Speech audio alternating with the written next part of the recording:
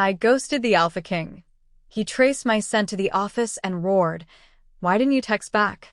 Besson Kane storms into the 47th floor office, having tracked Marie's scent across state lines after she ghosted him for weeks.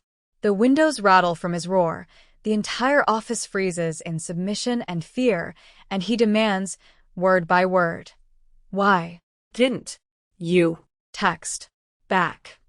Before we dive deeper into how Marie ended up here, ghosting a Leakin king, running from fate, and trying to rebuild a life shattered by betrayal, drop a comment and let us know where you're watching from. Seriously, we'd love to hear from you. If you're into werewolf stories like this, packed with tension, second chances, and fated mates who don't take no for an answer, be sure to like this video, subscribe, and turn on that notification bell. Share it with someone who loves a good supernatural romance. Trust me, you're going to want to see where this goes. Because 3 weeks ago, Marie wasn't running toward anything. She was running for her life. And the story of how she got here? It starts with betrayal, blood, and a second chance she never saw coming. Marie had spent 6 years becoming exactly what everyone needed her to be. The perfect Luna. The flawless partner. The woman who could stand beside Alpha William of the Crescent Ridge Pack and make him look like a king even when he was barely holding his territory together. She wasn't just beautiful, though she was, with those sharp cheekbones and eyes that could cut through lies faster than most wolves could shift. She was strategic. The kind of woman who could negotiate a border dispute over breakfast and have both alphas leaving the table thinking they'd won. The kind of Luna who trained with the warriors at dawn, reviewed pack finances by noon, and hosted visiting dignitaries by evening without a single hair out of place. Marie didn't just support William's leadership. She was the leadership half the time. Their marriage had been arranged, a calculated alliance between her father's ancient, powerful bloodline and William's ambitious, rising pack. Political from the start. But Marie had done what she always did. She'd thrown herself into it completely. Loved him with everything she had. Believed that dedication and partnership could build something real, something lasting. For 6 years, she believed it was working. Then William came home with her. Alice. The name still tasted like poison on Marie's tongue. It happened on a Tuesday. Marie remembered that detail with crystal clarity because Tuesdays were pack council nights, and she'd been preparing her presentation on the new security protocols when William walked through the door with this girl trailing behind him. Petite didn't even cover it. Alice was tiny, delicate in a way that made you want to wrap her in blankets and protect her from strong winds. Auburn curls fell in soft waves around a heart-shaped face dominated by wide green eyes that seemed perpetually on the verge of tears.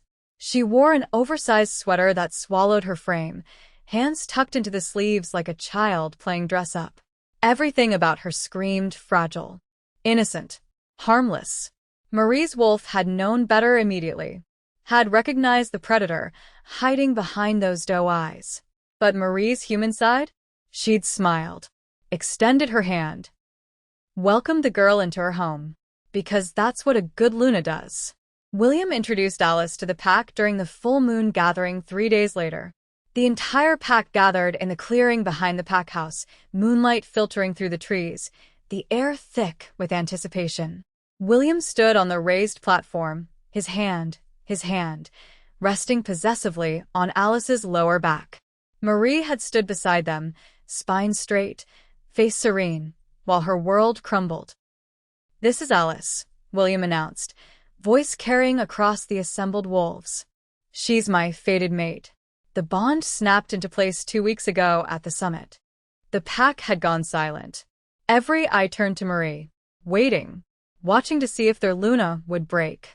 She hadn't. Not outwardly. William rushed to explain. The bond didn't change anything. He still loved Marie. Still wanted her as his Luna.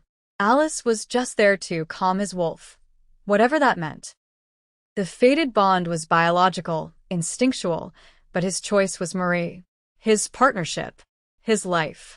Marie had nodded, smiled graciously, told the pack that Alice was welcome, that they would navigate this together, that nothing would change. She'd even hugged Alice. Felt those thin arms wrap around her, heard that breathy little voice whisper, "Thank you for understanding. I never wanted to cause problems." Marie's wolf had snarled, clawed, screamed that this was wrong, that Alice smelled like lies and ambition and something darker. Marie ignored it, because she was the perfect Luna. And perfect Lunas didn't let jealousy or insecurity destroy their packs. For 3 months, Marie watched her life unravel. It started small. Alice needed help adjusting to pack life. Could Marie show her around? Alice was nervous about the other wolves. Could Marie introduce her, make her feel welcome? Alice didn't understand pack politics. Could Marie mentor her? Marie said yes. Every single time. Because that's what she did. She helped. She supported. She held things together. And Alice used every moment to drive a wedge deeper.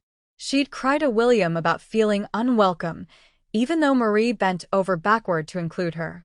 She'd flinch when Marie entered a room, as if frightened, making Marie look like a bully. She'd whisper concerns to pack members, subtle things, questions about Marie's decisions, doubts about her judgment. All wrapped in that innocent, worried voice. Within 6 months, half the pack looked at Marie differently, questioned her, doubted her.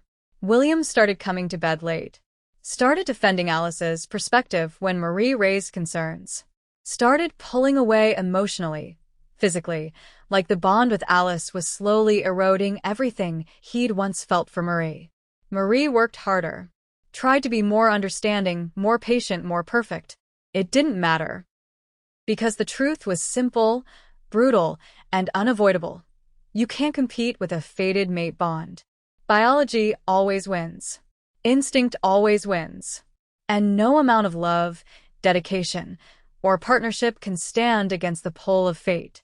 On the night of what should have been Marie's official Luna crowning ceremony, a formal recognition of her 6 years of service, Alice made her final move. Marie remembered the smell of smoke first. Then the screams. The pack house was burning. Someone had set fires in 3 locations simultaneously, trapping wolves on the upper floors. Marie had run inside without thinking. Saved 8 wolves. Got them out. Went back for more. That's when she found Alice, standing in the great hall, perfectly calm, watching the flames with those wide green eyes. "You should have left when I told you to," Alice said softly. "This didn't have to end like this." Marie had stared, comprehension dawning too late. "You did this." "I did what I had to do." "You're too strong. Too loved. As long as you're alive, I'll never truly be Luna." Alice pulled a silver blade from her sleeve. "So, you won't be alive much longer." The fight was brief. Marie was stronger, better trained, but she just pulled 8 wolves from a burning building. She was exhausted, smoke damaged, slow. Alice's blade found her back. Once. Twice. Silver burned through her system like acid. Marie collapsed. Blood pooled beneath her. Wolves rushed in. Alice's conspirators, not Marie's allies. They'd already been dealt with, she realized. Killed or imprisoned. The wolves she trusted were gone. William appeared in the doorway. Saw Marie bleeding. Saw Alice holding the blade. And he believed Alice's tears. Believed her story about self-defense, about Marie attacking her in a jealous rage, about having no choice. Marie tried to speak. Couldn't. Her vision blurred. The last thing she saw was William gathering Alice into his arms, comforting her, while Marie bled out on the marble floor. The last thing she felt was betrayal so complete it shattered something fundamental inside her soul. The last thing she heard was Alice's soft, satisfied whisper. "Goodbye, Marie." Then nothing. Until she woke up gasping, tangled in silk sheets, heart hammering, William sleeping peacefully beside her. The clock read 6:47 a.m. 6 years in the past. The morning William would meet Alice at the Crosspack Summit. The morning Marie's nightmare began. Except this time, Marie wasn't the naive, trusting Luna who believed love and dedication were enough. This time, Marie knew exactly how the story ended. And she was rewriting it. She'd spent 3 weeks moving pieces into place like a chess master who'd already seen the endgame. Liquidated assets William didn't know she had. Inheritances from her mother, investments she'd made secretly, money she'd tucked away for emergencies. Contacted her father's old allies. Reached out to wolves loyal to her, not the pack. Built an escape route. When William came home with Alice, when he announced the bond, when he asked Marie to understand, she'd smiled. Agreed. Played the role. For exactly 1 week. Then she filed for divorce. Quietly. Through a human lawyer William didn't know existed. Cited irreconcilable differences. Requested a clean separation. William had been furious. His wolf raged. How dare she leave? How dare she abandon the pack? He'd done everything to accommodate her, to keep their partnership intact, and this was how she repaid him? Marie had looked at him, really looked at him, and felt nothing but pity. "You've found your fated mate," she'd said, voice steady despite the trembling in her hands. "You don't need me anymore. And I'm not staying to watch this play out. So let me go, William. Let me leave with dignity." He'd refused at first. Tried to convince her. Tried to make her stay. But Marie had learned something in her first life. You can't force someone to choose you. And she was done begging for scraps of affection from a man whose instinct screamed for someone else. She left. Drove 6 hours to the nearest human city. Changed her legal name, Marie Caldwell, not Marie Thorne. Dyed her hair darker. Got a corporate job that required zero supernatural politics. Became invisible. For 3 weeks, it worked. She woke up, went to work, came home, ignored the hollow ache in her chest, ignored the nightmares of burning buildings and silver blades, ignored the growing sense that she was being watched. And she definitely ignored the pull. That strange, electric awareness that had started 2 months before her death in the original timeline. The night of the cross-species gala, when she'd brushed past a tall stranger with golden eyes and felt her wolf sit up and pay attention for the first time in years. She dismissed it then. Too busy being the perfect Luna. Too committed to her marriage. But after her rebirth, Marie had done research. Found out who that stranger was. Besson Kane. The Leakin King. Centuries old. Powerful beyond measure. Ruler of the oldest bloodline in North America, and apparently, her true fated mate. The bond had been trying to snap into place that night at the gala. Marie had felt it, that pull, that knowing, but she'd shoved it down, walked away, focused on William. Big mistake. Because bonds don't disappear. They wait. They grow stronger. They demand acknowledgement. After her rebirth, the bond came back with a vengeance. Besson started calling, texting, showing up places she happened to be. He never pushed, never demanded, just watched, waited. Made it clear he knew something had changed, that she was different, and he wasn't going anywhere. Marie couldn't handle it. Couldn't handle another bond, another claim, another man who'd want her loyalty, her partnership, her everything, only to break her heart when something stronger, something more fated came along. So she ran, blocked his number, changed her name, disappeared into the human world, and convinced herself that she could outrun fate twice. She'd been wrong. Because Besson Kane wasn't William. He wasn't weak-willed or easily manipulated. He was a king. And kings don't let go of what's theirs. Even when what's theirs is running scared and trying desperately to rewrite a destiny that's already been written. Chapter 2. The conference room felt smaller with Besson in it. Not because of his size, though he was massive, broad-shouldered, and imposing in a way that made the sleek corporate furniture look flimsy. But because his presence filled every inch of space, pressing against the glass walls, making the air thick and charged like the moments before a storm breaks. Marie set her laptop bag on the table with deliberate care, buying herself seconds to breathe, to think, to prepare for whatever came next. Outside the glass walls, 47 pairs of eyes were glued to them. Phones were definitely recording. This was going to be viral by lunchtime. She didn't care. Couldn't afford to care.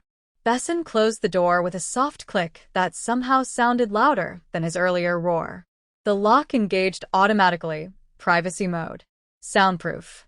The office had installed it for sensitive client calls.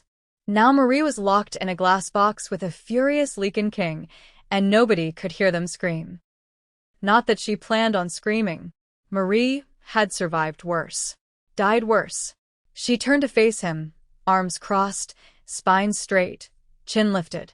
Every inch the Luna she'd been trained to be, even if she'd walked away from that title. Besson stood with his back to the door, hands loose at his sides, but she could see the tension coiled in his frame. His wolf was close to the surface. She could feel it pressing against her senses, smell the wild cedar and rain scent intensifying, see the gold bleeding into his eyes. "You've been ignoring me for 3 weeks," he said, voice dangerously low. Controlled. But underneath? Barely leashed rage mixed with something raw. Hurt. "Do you have any idea what that does to a Leakin who's found his mate?" Marie kept her arms crossed, her expression neutral. "I didn't ask to be a mate." "No," Besson agreed, taking a step closer. "Just one." "Testing. But you are." "I felt you the moment you walked into that gala, 8 months ago. The bond tried to snap, then I know you felt it too. Don't pretend you didn't." She had. Marie remembered it with perfect clarity. She'd been there with William, playing the perfect Luna, smiling and networking and doing her job. Then she turned a corner and walked straight into Besson, literally collided with him, and the world had tilted. For 3 seconds she'd felt it. The pull. The recognition. Her wolf screaming mine with a certainty she'd never felt with William. Then she'd stepped back, apologized, and walked away. Shoved it down. Ignored it. Because she was married. Committed. And she'd learned long ago that wanting something didn't make it right. "I was married," Marie said flatly. "So yes, I ignored it. And now I'm not married, but I'm also not interested." Besson's jaw clenched. "Why?" "Because I don't do bonds anymore. I don't do mates. I'm done with all of it." He took another step. Closer. His scent wrapped around her, making her wolf whine and pace. "That's not an answer. That's an excuse. It's the only answer you're getting." Marie. Her name in his mouth sounded like a prayer and a curse. "I've been tracking your scent, your energy, your existence for 8 months. Gave you space when you were married because I respect vows, even if your husband clearly didn't respect you. Waited. Watched. Made sure you were safe. And then one day, the bond shifts, changes, like something fundamental broke in you and reformed differently." Marie's breath caught. He'd felt that? Felt her death and rebirth across whatever metaphysical connection bound them? "I felt you die," Besson continued, voice rough. For exactly 47 seconds, the bond went silent. Empty. Like you'd been erased from existence. And then you came back, but different. Harder. Scared. And before I could reach you, before I could figure out what happened, you divorced that worthless alpha, vanished, and started ignoring every attempt I made to find you." He was directly in front of her now, close enough that she had to tilt her head back to maintain eye contact, close enough that she could see the muscle jumping in his jaw, the barely controlled desperation in his eyes. "So yes, Marie, I have some idea what you've been through. I don't know the details, you won't tell me. But I know something broke you. Something bad enough that you'd rather run from your fated mate than give this bond a chance." Marie's chest felt tight. Her wolf was clawing at her ribs, desperate to close the last foot of distance between them, to touch, to claim, to accept.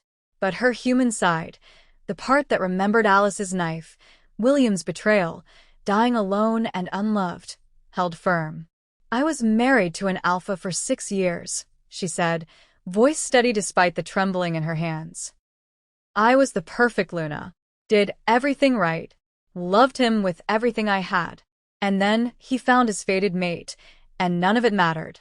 6 years of partnership, dedication, love, gone. Erased. Because biology is stronger than choice." Besson's eyes flashed. "I'm not him." "You're worse," Marie shot back. You're king. You have responsibilities that dwarf anything William ever faced. An entire species looking to you for leadership, political alliances, enemies that would love nothing more than to find a weakness. And what happens when you find someone more suitable? Someone stronger, more connected, more fated? What happens to me then? That's not how fated mates work. Isn't it? Marie's voice cracked despite her best efforts. William swore Alice was just there too, calm as wolf. That nothing would change. That he still loved me, still wanted me. And within 6 months, I was nothing. Invisible. Replaced in everything but title. Besson was quiet for a long moment. When he spoke, his voice was softer. Careful. What happened to you, Marie? And there it was again. The question she couldn't answer. Because how do you explain that you died? That you were murdered by the woman your husband brought home? That you came back in time and rewrote your fate? You don't. Because that makes you sound insane. It doesn't matter, Marie said instead. What matters is that I learned my lesson. Bonds break. Mates leave. Love isn't enough. And I'm not doing it again. Not for anyone. Not even for a king. You think I'd leave you? Besson's voice dropped to a growl.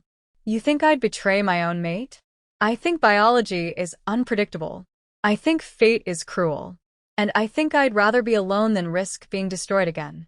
The silence that followed was suffocating. Besson stared at her like he was trying to see through her walls, past her defenses, into the truth she was hiding. Finally, he exhaled slowly. Stepped back. And something in his expression shifted from desperation to determination. All right, he said quietly. I'll give you space. Marie blinked. What? Space. Time. Whatever you need. He pulled a sleek black card from his inner jacket pocket, heavy stock, embossed gold lettering, and set it on the conference table between them. But I'm not disappearing, Marie. And neither is this bond. It's there whether you acknowledge it or not. And sooner or later, you're going to have to face it. He moved toward the door, then paused, looking back over his shoulder. Those golden eyes burned into hers with an intensity that stole her breath.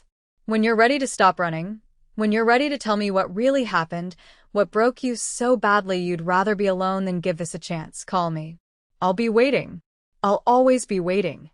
Then he unlocked the door and walked out. Just like that. No demands. No ultimatums. No kingly decrees or force claims. He just left. Marie stood frozen in the conference room, staring at the black card on the table. Her wolf was howling, raging at her for letting him go, for not running after him, for choosing fear over fate. Her human side was trembling, because walking away from William had been easy. He'd already betrayed her, already chosen someone else. But walking away from Besson? From a mate who looked at her like she was precious, who tracked her across state lines just to make sure she was okay, who felt her die and still wanted her. That felt like the worst kind of self-sabotage. Outside the glass walls, the office was still silent. Every eye watching, waiting to see what she'd do. Marie picked up the card. It was warm, like it had absorbed Besson's body heat. Heavy. Real. His name embossed in gold. Besson Kane. Leakin King. A phone number. Nothing else. Simple. Direct. An open invitation with no pressure. Which somehow made it worse. Because pressure she could resist. Demands she could refuse. But this quiet certainty, this patient willingness to wait for her to heal, to be ready, that terrified her more than any roar. Marie slipped the card into her pocket and walked back to her desk. Ignored the stares. Opened her laptop. Tried to focus on work. But all she could think about was the look in Besson's eyes when he said he'd felt her die. 47 seconds. That's how long her death had lasted before the moon goddess sent her back.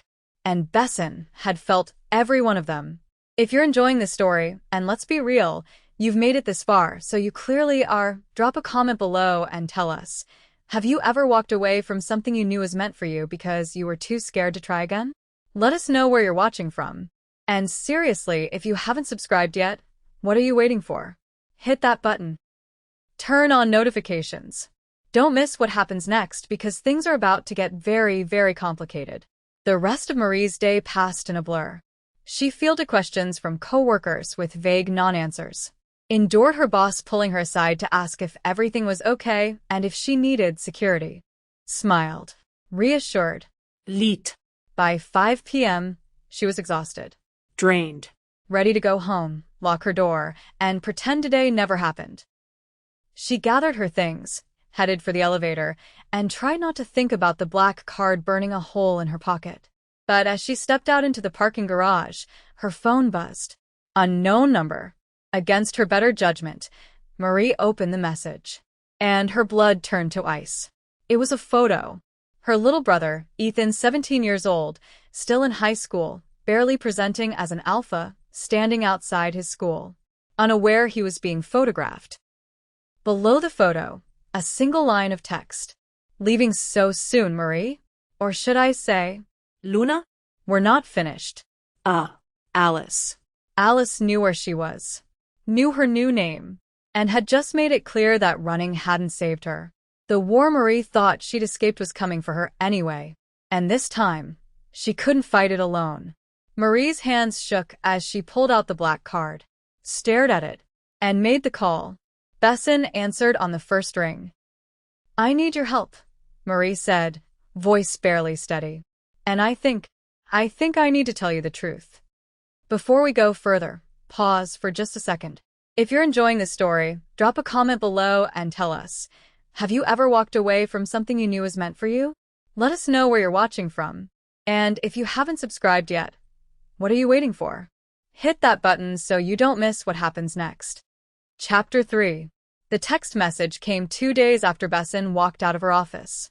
Marie was at her desk, pretending to focus on a marketing report that meant absolutely nothing in the grand scheme of her imploding life, when her phone buzzed.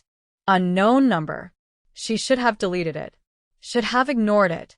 But something in her gut, some warning her wolf was screaming, made her open it. Leaving so soon?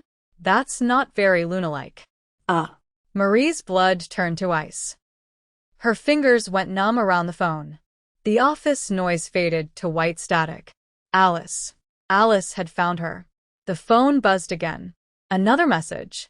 This time, a photo. Her father's company logo.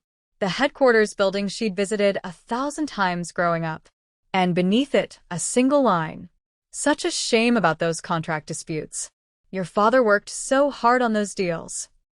Marie's heart slammed against her ribs. No. No. This wasn't how it was supposed to go. She'd gotten out. Filed for divorce before Alice could poison William completely. Left before the schemes could start.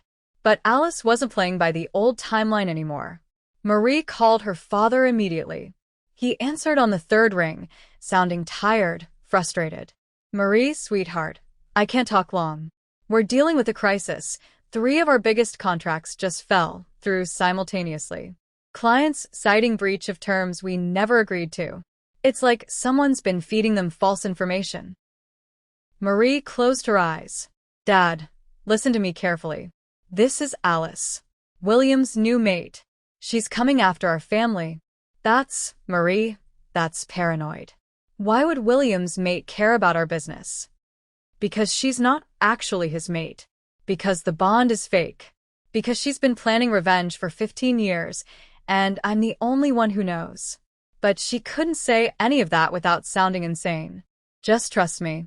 Increase security. Be careful. And Dad, check on Ethan. Make sure he's safe. Her father's tone shifted immediately.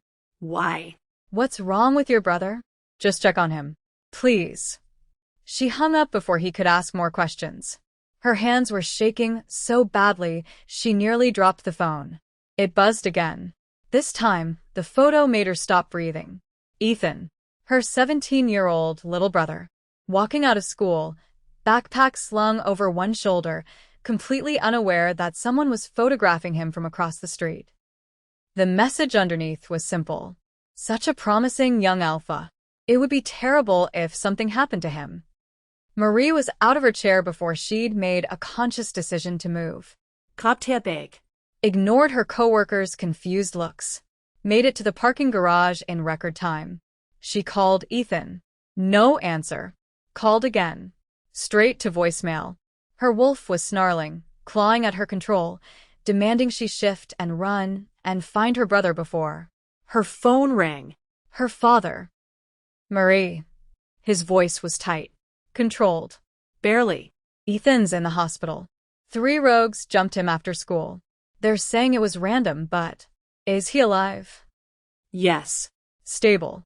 But Marie, he's hurt badly. Silver claws. They knew what they were doing. Silver. Alice's signature. She'd used Silver to kill Marie in the first timeline. Used it to torture the wolves loyal to her. I'm on my way. Marie's voice sounded distant, mechanical. Dad, don't let him out of your sight. Not for a second. She drove to the hospital running every red light, her wolf howling for blood, for revenge, for justice. Ethan was in a private room, bandaged and pale but conscious. Their father sat beside the bed, looking older than Marie had ever seen him. 3 rogues, Ethan said weakly when Marie entered. Came out of nowhere. Knew my schedule. Knew I'd be alone. He swallowed hard. They said to tell you that you can't run from family business. Family business. Alice's twisted way of saying this was personal. Marie sat on the edge of his bed, taking his hand carefully. This is my fault. I'm so sorry. Why?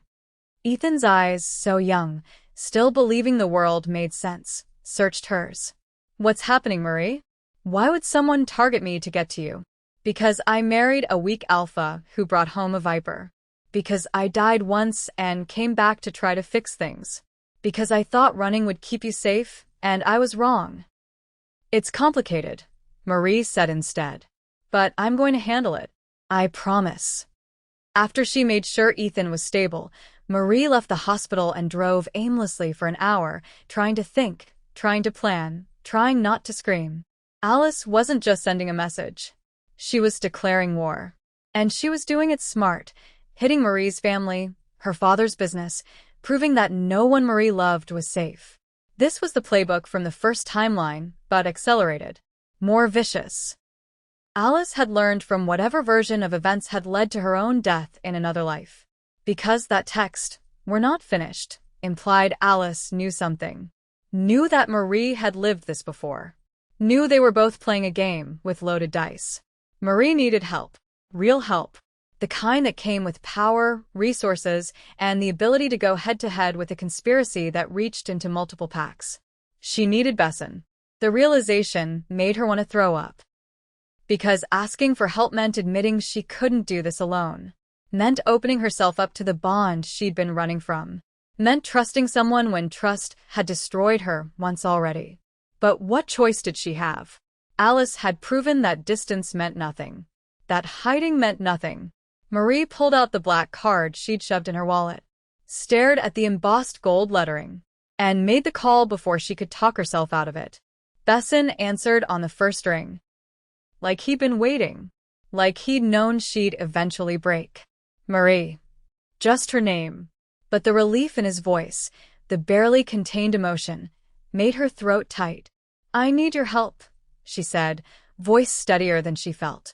And I think I need to tell you the truth. Where are you? Driving. Nowhere specific. Come to the estate. I'll send you the coordinates. Besson. Marie. His voice dropped, became gentle, almost unbearably so. Whatever's happening, whatever you're running from, you don't face it alone anymore. Come to me. Let me help. Her eyes burned. When was the last time someone had offered help without demanding something in return? When was the last time she'd felt safe? Okay, she whispered. I'm coming. She hung up. The coordinates pinged through seconds later. Marie drove toward the mountains, toward Besson's territory, toward a future she couldn't predict. But behind her, in the city she was leaving, Alice was already making her next move. Because Marie still didn't understand the full scope of what she was facing. Still didn't know that Alice had spent 15 years building connections, planting operatives, weaving a web that stretched far beyond one pack. And, at the center of that web, the Leakin Council itself. Marie thought she was running towards safety. She had no idea she was about to walk into the heart of a conspiracy that would change everything. But she'd find out soon enough. When Talia showed up at her apartment 3 hours later, after Marie had already left for Besson's estate, and found the door kicked in, the place ransacked, and a note pinned to the wall with a silver dagger. The note read, "You can't save them all this time. Some pieces are already in play. See you at the council meeting, Luna." Talia took a photo. Sent it to Marie immediately. And Marie, halfway to Besson's estate, read the message and realized with sinking dread that Alice wasn't just coming after her family.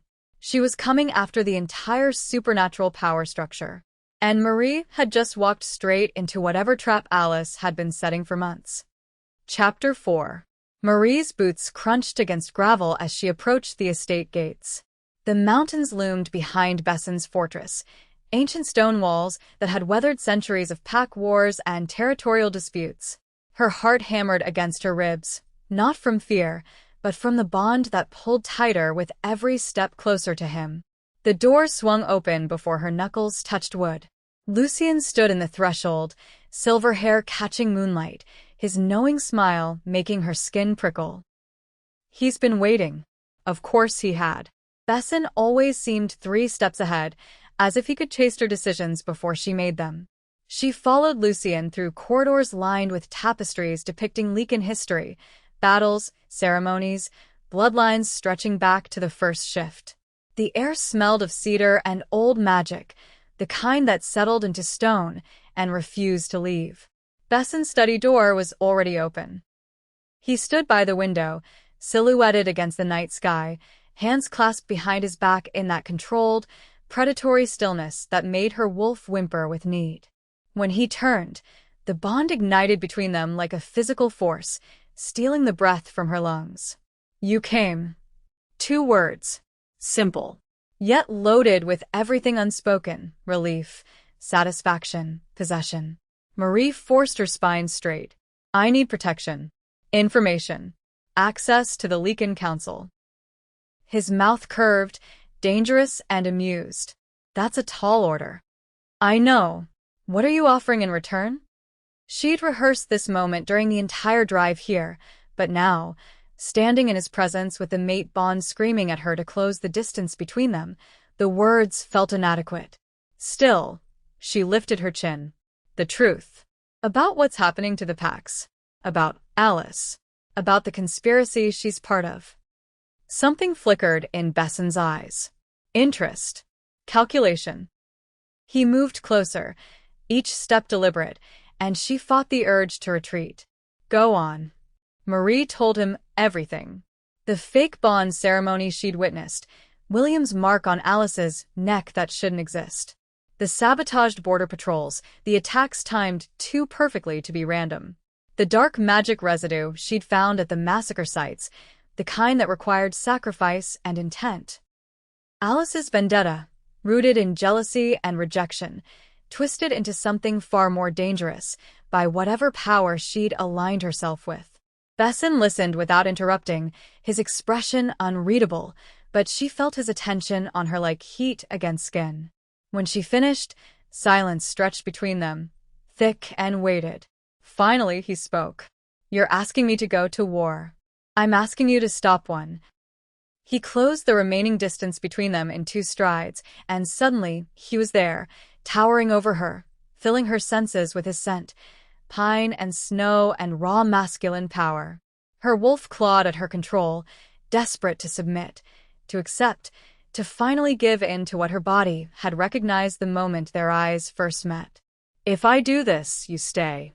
No more running. Besson. I'm not asking you to accept the bond." His voice cut through her protest, firm but not harsh. "Not yet. But you stay under my protection.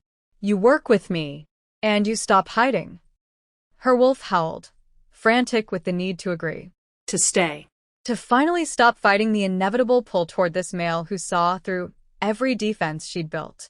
But her human half, scarred by betrayal and manipulation, by years of watching her mother wither under her father's cruelty, hesitated at the edge of surrender. "What if I can't give you what you want?" The whisper escaped before she could stop it, raw and vulnerable in a way she never allowed herself to be. Bessen's hand rose slowly, deliberately, giving her time to pull away if she wanted. She didn't. His thumb brushed along her jaw, calloused and warm, and the simple touch sent electricity racing down her spine. "Then I'll wait. But you don't face this alone. Not anymore." Marie's eyes closed against the unexpected sting of tears. No one had ever offered her this. Protection without strings, alliance without demands, patience without resentment. It terrified her more than any threat Alice could make. But her brother's face flashed behind her eyelids. Her pack, scattered and vulnerable. The truth that needed exposing before more innocent wolves died in Alice's manufactured war. She opened her eyes and nodded. Something shifted in Bessen's expression. Satisfaction? Yes, but also something softer. Warmer. He stepped back, giving her space to breathe again, and gestured toward the chairs by his desk. "Then we plan." The alliance was struck with that simple gesture, that moment of understanding passing between alpha and mate. Neither dominance nor submission, but partnership. Neither of them knew Alice had already made her next move. Marie's phone buzzed against her thigh hours later, after they'd mapped out strategies and called in favors and begun the delicate work of building a case strong enough to bring before the council. The sound cut through their discussion like a blade. No caller ID. No name. Just a video message waiting. Her fingers trembled as she opened it, some primal instinct already screaming warning. The screen filled with her brother's face, Ethan, barely 19, still so young despite his wolf. Tied to a chair in what looked like the old packhouse basement. Blood dripped from his nose, his left eye swollen shut, terror written across every bruised inch of his expression. Then Alice stepped into frame. She looked immaculate. Perfect. Her smile was sugar-sweet as she addressed the camera, one manicured hand resting possessively on Ethan's shoulder. Muddy. "I think it's time we talked. Come to the old packhouse alone. Or he dies. You have 2 hours." The screen went black. Marie's hands shook so violently, she nearly dropped the phone. Ice flooded her veins, followed immediately by searing rage that made her wolf snarl and snap for release. Bessen was beside her before she could draw breath, reading the message over her shoulder, his presence suddenly charged with lethal intent. "It's a trap." His voice was flat, absolute. "I know. You can't go." "He's my brother, Bessen." The words tore from her throat, desperate and fierce. Ethan was innocent in all this, just a kid caught in Alice's vendetta, and Marie would burn the world down before she let him die because of her. Their eyes locked, and in that suspended moment, everything crystallized. The bond thrummed between them, no longer just pull and heat but understanding. Recognition. She saw him decide to trust her judgment, saw the shift from protective dominance to partnership, and something in her chest cracked open. "Then we go together," Bessen said, his hand finding hers, warm and solid and steady. "And we end this." Chapter 5. The old packhouse rose from the darkness like a corpse, its broken windows gaping wounds against the night sky. Marie's wolf prowled beneath her skin, every instinct screaming danger as they crossed the overgrown territory line where William had once held power. Bessen moved beside her with lethal grace, flanked by Lucien and 6 of his most elite warriors, males who'd survived centuries of pack wars and territorial bloodbaths. Their presence should have been comforting. Instead, Marie's pulse hammered harder with each step closer to those rotting wooden doors. Talia, Leo, and Kira melted into the treeline, shadows among shadows, their scents disappearing as they circled to cover the rear exits. The plan was solid, strategic. But plans meant nothing when Alice held all the cards. The main hall's doors hung crooked on rusted hinges. Inside, moonlight sliced through shattered windows, illuminating Alice in strips of silver and shadow. She stood in the center of the space like a queen on a throne, and Marie's brother slumped unconscious in a chair beside her, his face swollen and bloodied. Rage burned through Marie's veins, hot and acidic. "You came." Alice's voice dripped false sweetness, her smile sharp as broken glass. "And you brought a king. How dramatic. Let him go." Marie's voice came out steady despite the terror clawing at her throat. "Oh, I will. After we settle something." Alice's smile dissolved into cold, bitter fury that twisted her beautiful features into something ugly. "You ruined everything. In every timeline, every possibility, you were supposed to die. But you keep coming back. The moon goddess must really love you." The words hit like a physical blow. Marie's heart stopped, her breath freezing in her lungs. "You know?" Alice's laugh scraped raw, edged with madness. "I'm not the only one with a second chance, Marie. I died too. Killed by your little warriors after you exposed me in another life. And when I woke up," her eyes glittered with violent promise, "I swore I'd do it right this time." The truth crashed over Marie like an avalanche, burying her beneath the weight of impossible understanding. Alice had been reborn too, had lived through their confrontation, felt the blade pierce her heart or the poison burn through her veins or whatever death Marie's exposure had brought her. This wasn't just revenge. This was a war between two women who'd both cheated fate. "But you made one mistake." Alice pulled a silver blade from behind her back, the metal catching moonlight and throwing it back in cruel flashes. "You thought running would save you. It won't. Because I don't just want you dead. I want you erased." She lunged with speed no ordinary wolf possessed, her movement blurred by whatever dark magic she'd soaked herself in. Besson moved faster. His shift was instantaneous, clothes shredding as his body exploded into his leaken form, massive, terrifying, silver and gold fur rippling over muscle and fury. He intercepted Alice mid-leap with a roar that shook the walls and sent dust cascading from the rotted ceiling beams. The battle detonated. Rogues poured from every shadow, at least 20 wolves enchanted with the same unnatural speed, their eyes glowing with magic that stank of death and sacrifice. Besson's warriors met them with coordinated brutality, the hall erupting into snarls and screams, and the wet sound of flesh tearing. Marie shifted, her wolf form sleek and deadly, as she raced toward her brother. Her claws shredded the ropes binding him, her body positioning between him and the chaos as wolves crashed together around them. Movement in her peripheral vision made her turn. William stepped from the shadows.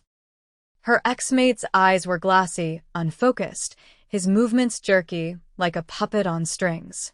Still under Alice's thrall. Still controlled by whatever dark magic she'd wrapped around his mind during that fake bonding ceremony.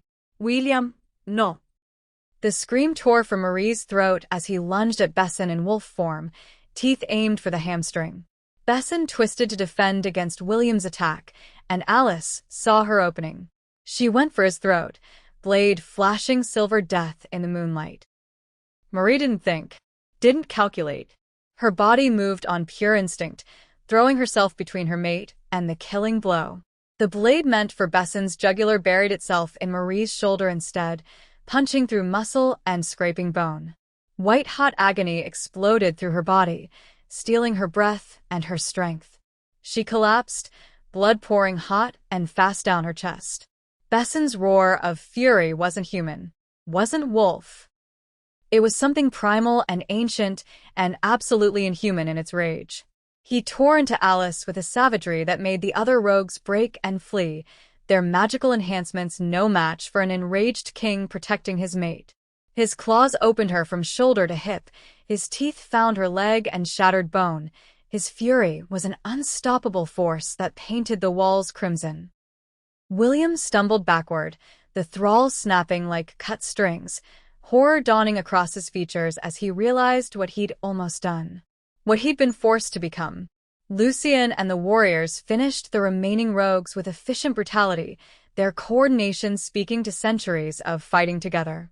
When the dust settled and the screaming stopped, Alice lay pinned beneath Besson's claws, broken and bleeding out, her perfect face finally showing the monster beneath. "You lose." Besson's snarl rumbled through his massive chest, his weight crushing her into the blood-soaked floorboards.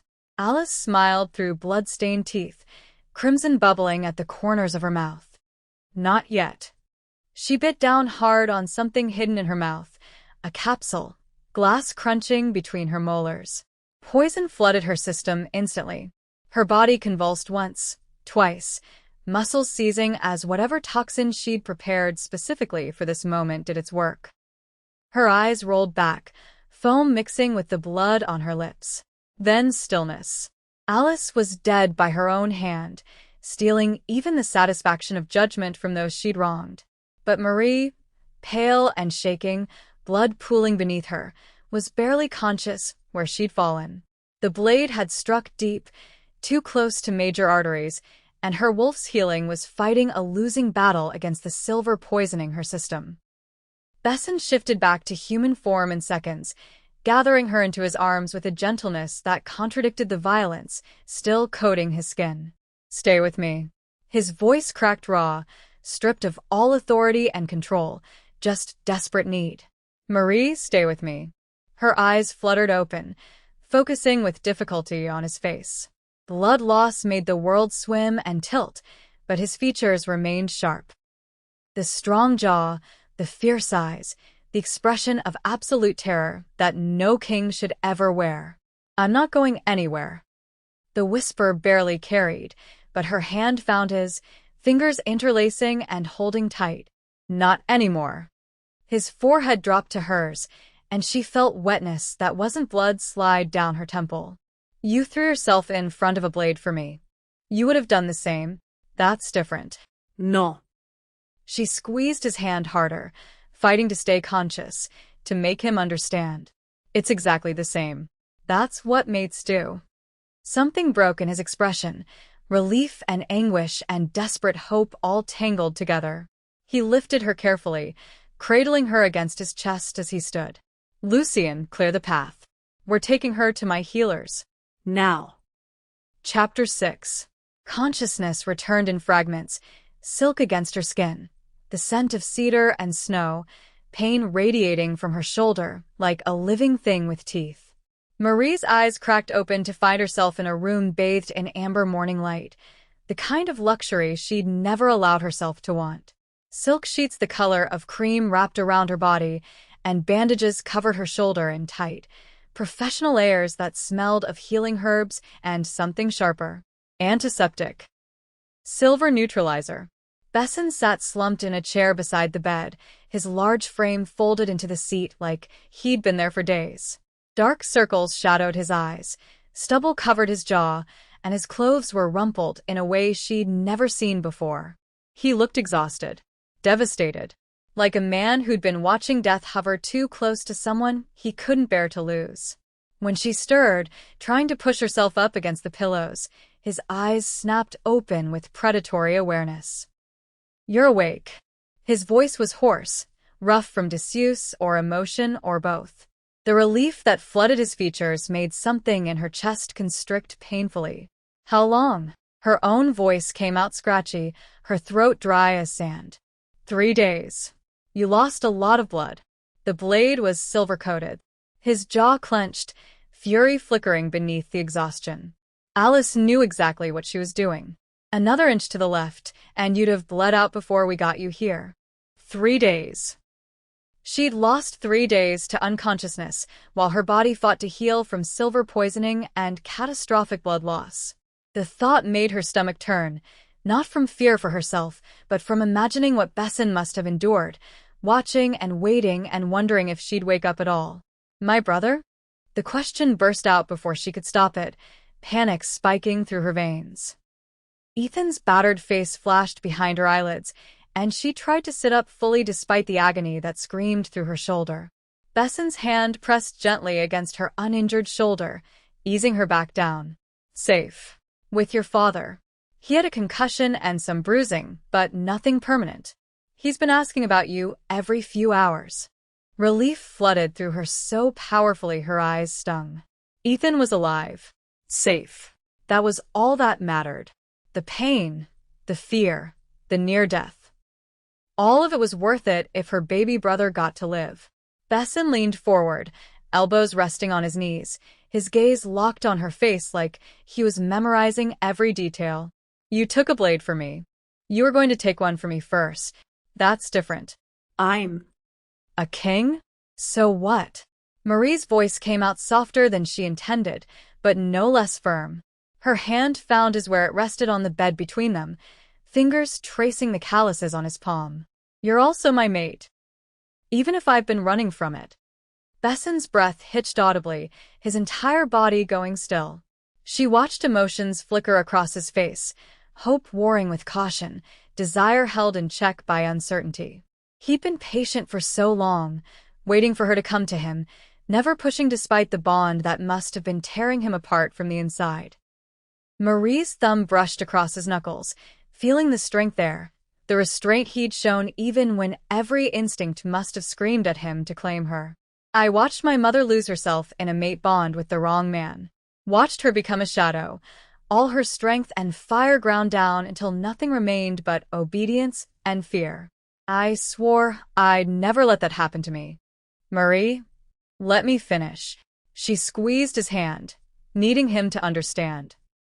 When I felt the bond snap into place between us, all I could see was her face. All I could feel was the trap closing. So I ran. I kept running because running was the only way I knew how to stay myself. Besson's expression was raw, open in a way she'd never seen from him. The king stripped away, leaving only the man beneath. But these past weeks, working with you, watching you lead without dominating, respect without demanding, her voice caught, emotion threatening to overwhelm her. You've never tried to control me. Even when I pushed you away, even when I tested every boundary, you just waited. You saw me. Not what you could make me into, but who I already was. You're the strongest person I've ever met. His voice was rough gravel and raw honey. I could never control you. Wouldn't want to even if I could. The bond doesn't work that way, not a true bond. It's supposed to be balance, not subjugation. Marie felt tears slide down her temples, hot and liberating. All this time, she'd been fighting against a cage that didn't exist, running from a prison built entirely in her own mind from trauma and fear. I threw myself in front of that blade, and I didn't hesitate. Didn't think. My body just moved because the thought of losing you was worse than dying. She pulled his hand to her chest, pressing his palm over her heart where it hammered against her ribs. That's when I knew. I'm not my mother. This bond isn't that bond. And you're not my father. Never. The word was a vow, absolute and unshakable. I'm done running, Besson. Her fingers interlaced with his, holding tight. I'm ready. If you'll still have me. His hand tightened over hers, grip firm and warm and steady, the kind of anchor she'd been searching for without knowing it. I'd wait 1,000 lifetimes for you. The bond ignited between them like someone had set a match to gasoline, golden, fierce, right in a way that made her wolf sing with pure joy. It didn't feel like chains or cages or loss of self. It felt like coming home to a place she'd been searching for since before she was born. Besson leaned in slowly, giving her every opportunity to pull back, to change her mind, to run one more time. She didn't. Instead, she met him halfway, her good arm coming up to curl around his neck, pulling him closer. When his lips met hers, the kiss tasted like hope and fire and forever. Like all the patience he'd shown and all the courage she'd finally found, and the promise of something neither of them had believed they deserved. His hand cradled her face with devastating gentleness, thumb stroking her cheekbone as he kissed her like she was precious and powerful and his. The bond settled into place between them with an almost audible click, two pieces finally finding their perfect fit. Marie felt his emotions flood through the connection. The terror he'd felt watching her bleed, the relief of her waking, the love that had been building since the moment their eyes first met. She sent her own feelings back, the trust she'd been too afraid to give, the acceptance she'd been running from, the love that had terrified her because it made her vulnerable in ways she'd sworn never to be again. When they finally broke apart, both breathing hard, Besson pressed his forehead to hers. "You scared me. When you went down, when I saw that blade." His voice broke, and she felt the tremor that ran through his powerful frame. "I know. I felt it through the bond." She'd felt his absolute terror even as consciousness slipped away, the way his world had narrowed to nothing but keeping her alive. "I'm sorry." "Don't apologize for saving my life. Then don't apologize for being scared when I almost lost mine." She smiled against his lips, tasting the salt of tears she wasn't sure belonged to her or him or both. "We're in this together now. All of it. The fear and the hope and everything in between." Together.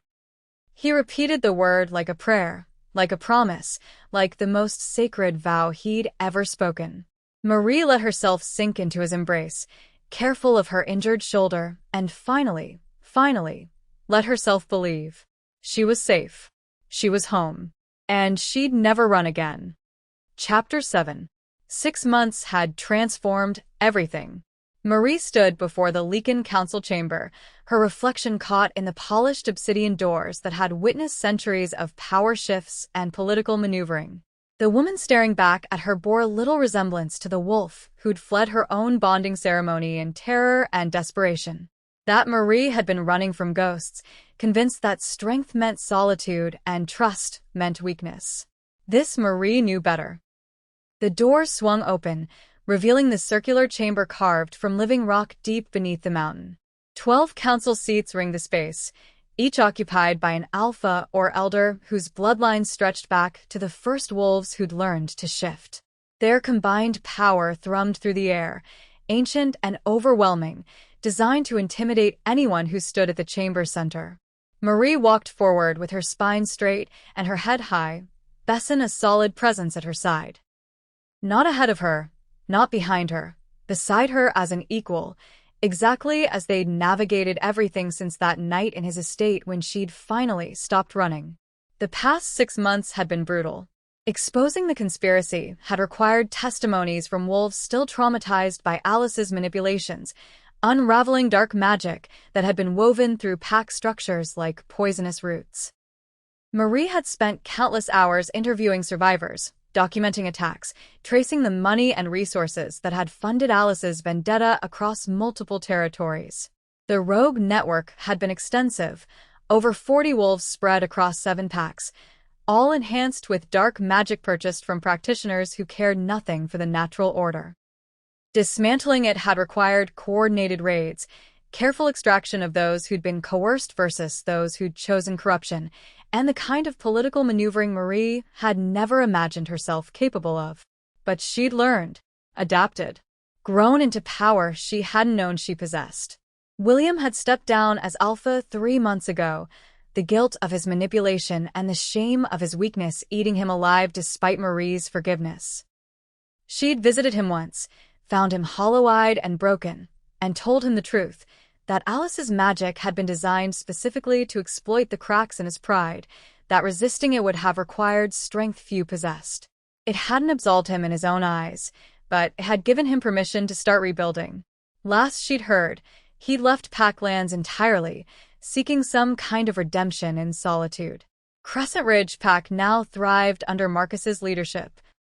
The same wolf who'd helped her escape that fateful night, whose loyalty had never wavered even when following her meant risking everything. He'd proven himself a natural alpha, balancing strength with compassion, earning respect rather than demanding it. Marie's gaze swept the council chamber, meeting each elder's eyes in turn. Some showed respect, others calculation, a few still harbored doubt.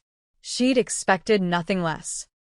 Power structures this old didn't shift easily, and a female Luna, queen, was unprecedented in recent history. Let them doubt. She'd prove herself through action, not words. Her father sat in the gallery section, Ethan beside him, both wearing formal pack regalia that gleamed under the chamber's magical lighting. Pride radiated from her father's expression, not the conditional pride she'd grown up chasing, but genuine recognition of who she'd become. Evan's grin was incandescent, his youth and enthusiasm untempered by political awareness. They'd reconciled slowly over these months, her father finally admitting the ways his own trauma had poisoned his relationship with his daughter. How watching his mate suffer had made him desperate to control Marie's future, convinced that preventing her from bonding would spare her the pain he'd witnessed. Wrong-headed and damaging, but rooted in love twisted by fear. Marie had forgiven him. Not forgotten. The scars remained, but forgiven, because holding on to that anger would have poisoned her the way it had poisoned him. The High Elder rose from his seat, an ancient wolf named Theron whose eyes held the weight of 4 centuries. Marie Blackthorn, you stand before this council not as supplicant, but as Luna Queen by right of bond and merit. You have exposed corruption that threatened our entire species. You have brokered peace between packs fractured by manipulation and lies. You have proven yourself worthy of the title we now bestow. 2 attendants approached carrying a crown on a velvet cushion. Not gold or platinum, but Leaken-forged silver, metal that should have been toxic to their kind but had been transformed through ancient magic into something that enhanced rather than harmed. Moonstone was woven through the delicate metalwork, each stone perfectly matched and flawless, glowing with captured lunar light. The crown represented everything Marie had fought against: visible power, public recognition, the weight of responsibility she convinced herself she didn't want. But standing here now, with Besson's steady presence beside her and her father's proud gaze on her back and the future of multiple packs depending on her leadership, she understood. Running wasn't strength. It was fear wearing a mask. True strength was standing still when every instinct screamed to flee. Was accepting responsibility, even when it terrified you. Was letting people close enough to hurt you because the alternative was a life lived in cold isolation. Theron lifted the crown, his voice resonating through the chamber with ceremonial gravity. By the authority vested in this council by generations of wolves who came before, by the blessing of the moon goddess who guides our paths, I name you Luna Queen. May your reign be just, your wisdom deep, and your protection fierce. The crown settled onto her head, cool metal against her temples, surprising weight that would take adjustment. Power flooded through the bond she shared with Besson, not his power overwhelming hers, but their strengths combining and amplifying, becoming something greater than either could achieve alone. Marie looked out at the gathered wolves and lichens, at faces that would follow her leadership or plot against it, at the future she'd fought and bled and nearly died to secure. She'd been killed once in a life she barely remembered, the memories surfacing in dreams and flashes. Reborn once into a second chance she'd almost squandered through fear. And now she was exactly where she was meant to be. Unstoppable not because she was invincible, but because she'd learned to accept help, to trust allies, to let love strengthen rather than weaken her. Besson's hand found hers, fingers interlacing in a gesture witnessed by everyone present. Public claiming, public partnership, public declaration that they led together. His thumb brushed across her knuckles, and through their bond, she felt his pride, his love, his absolute certainty that she would exceed every expectation placed upon her. Ready, my queen? His voice was pitched low, meant only for her ears despite the crowd surrounding them. Marie smiled, feeling the weight of the crown and the strength of his hand and the hope burning bright in her chest. She'd spent so long convinced that accepting this bond meant losing herself. Instead, she'd found herself more completely than ever before. Always. The word was promise and power and truth. She was ready for whatever came next, the challenges and triumphs, the political maneuvering and genuine threats, the peaceful days and violent nights. All of it, because she wasn't facing it alone anymore. She'd stopped running. And the world would learn what happened when Marie Blackthorn finally stood her ground. Chapter 8. 1 year had rewritten Marie's entire existence. She stood in the estate gardens where moonflowers bloomed silver-white against the darkness, their petals opening to catch starlight.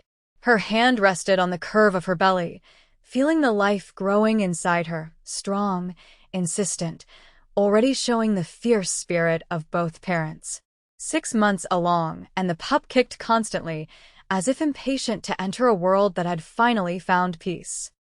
The garden had become her sanctuary during the pregnancy, this space where ancient trees provided shelter and the scent of night-blooming jasmine wrapped around her like comfort. Here, she could breathe without the weight of council politics and territorial disputes and the 1,000 daily decisions that came with being Luna Queen. Bessen's presence registered before his footsteps did, the bond between them singing awareness across her skin. His arms wrapped around her waist from behind, careful of her belly, his chin coming to rest on her shoulder in the familiar gesture that still made her heart stutter after a year of marriage. "How are you feeling?" The question was simple, but loaded with genuine concern. He'd been borderline obsessive about her health since they'd discovered the pregnancy, hovering in ways that would have suffocated her if she didn't recognize the terror beneath his protectiveness. Leak-in births were dangerous, complications common, and losing a mate during childbirth was every alpha's nightmare. Powerful, terrified, excited. Marie tilted her head back against his shoulder, breathing in his scent, pine and snow and home. Sometimes all three at once. His chuckle rumbled through his chest into her back. That's parenthood. Marie turned in his arms, her hands coming up to frame his face. A year ago, she'd been running from this bond, convinced that accepting it meant losing herself. Now she couldn't imagine existence without this connection that grounded her even as it set her free. The journey from that terrified woman fleeing her bonding ceremony to Luna, queen standing in her own garden, pregnant with the future heir to the Leakin throne, felt both impossibly long and startlingly brief. She died once. Truly died, the memories surfacing more clearly now in dreams where Alice's blade found her heart in that other timeline. She'd been reborn into a second chance that she'd almost wasted through fear and trauma and the scars her parents' toxic bond had carved into her psyche. But she'd fought, bled, nearly died again saving the man she'd been too afraid to love. And in return, she'd gained everything she'd convinced herself she didn't deserve. "Do you think she'll have your eyes?" Bessen's voice pulled her from memory, his hand covering hers on her belly, where their daughter kicked against their palms. Or his roar. Marie teased, remembering the ultrasound where their pup had been so active the technician had laughed, predicting a fierce personality to match her parents'. They laughed together, the sound carrying across the garden and mingling with nightbird calls. The bond between them pulsed warm and unbreakable, strengthened by everything they'd survived together. No longer the terrifying change she'd feared, but a lifeline that connected without constraining, supported without smothering. In the distance, sounds of training drifted from the practice grounds where Talia ran the new recruits through combat drills. The warrior had proven herself invaluable, her loyalty absolute, her skills sharpened by the battles they'd fought to dismantle Alice's network. Leo commanded the border patrols with efficiency that had reduced incidents to near zero. Kira managed intelligence gathering, her network of informants spanning 7 territories. The pack thrived under their leadership. The kingdom had found peace after generations of fracturing and political maneuvering. Trade routes reopened, alliances strengthened, and young wolves grew up without the constant fear of rogue attacks or dark magic infiltrating their territories. Marie had done that. Not alone. Never alone. That was the lesson she'd finally learned. But her investigation had exposed the rot. Her testimony had convinced the council. Her political maneuvering had brokered the alliances necessary to rebuild. From perfect Luna groomed for a loveless political marriage, to murdered victim dying with Alice's poison in her veins, to reborn warrior determined to rewrite her fate, to queen who'd earned her crown through merit rather than bloodline. Marie's transformation had been forged in violence and choice and the terrifying act of finally trusting someone with her whole heart. And now she was going to be a mother. The weight of that responsibility sat heavy in her chest, mingling with fierce protective love for the life growing inside her. This pup would never know the fear Marie had grown up with, would never question whether love meant losing autonomy, would never have to choose between strength and connection because she'd grow up understanding they were the same thing. I'm scared, Marie admitted quietly, vulnerability still difficult even with Besson. What if I mess this up? What if I'm too much like my father, or not enough like my mother, or... You'll be exactly who she needs you to be. Besson's hand cupped her face, thumb brushing away tears she hadn't realized were falling. Look at everything you've already overcome. You died and came back fighting. You faced down your worst fears and came out stronger. You built alliances from ashes and turned enemies into allies. That's politics and warfare. This is different. This is love. His forehead pressed to hers, their breath mingling in the small space between them. And if there's one thing you've proven this past year, it's that you're brave enough to love even when it terrifies you. Marie's laugh came out watery, emotional, but genuine. He was right. She'd spent so long equating love with weakness, convinced that opening her heart meant surrendering her strength. Instead, she discovered that real courage wasn't shutting people out, it was letting them in despite knowing they could hurt you. Their daughter kicked again, strong and insistent, and Marie felt the future unfold before her in possibilities rather than predetermined paths. This pup would grow up in a world Marie had helped reshape, would learn from parents who'd both been broken and rebuilt themselves stronger, would inherit a kingdom that valued merit over bloodline and strength tempered with compassion. No more running from fate or fear or the future. No more believing that power meant isolation, or that accepting help equaled weakness. Just love, messy and terrifying and absolutely worth fighting for. Power wielded with wisdom rather than cruelty. And a future written in her own hand, with her mate beside her and their daughter growing strong in the space between their heartbeats. Marie Blackthorne, who died once and been reborn twice, finally had the life she'd fought for. And she would defend it with everything she'd become. Okay, real talk. If you made it all the way to the end of this story, you're the real MVP. Drop a comment below and tell us, what was your favorite twist? Are you Team Besson? And seriously, if you haven't subscribed yet, why not? We pour our hearts into these stories. Hit that subscribe button, smash the notification bell, and let's build this pack together. Tell us what country you're watching from. We love seeing our global wolf pack grow. See you in the next story. Stay fierce, stay loyal, and never stop howling at the moon.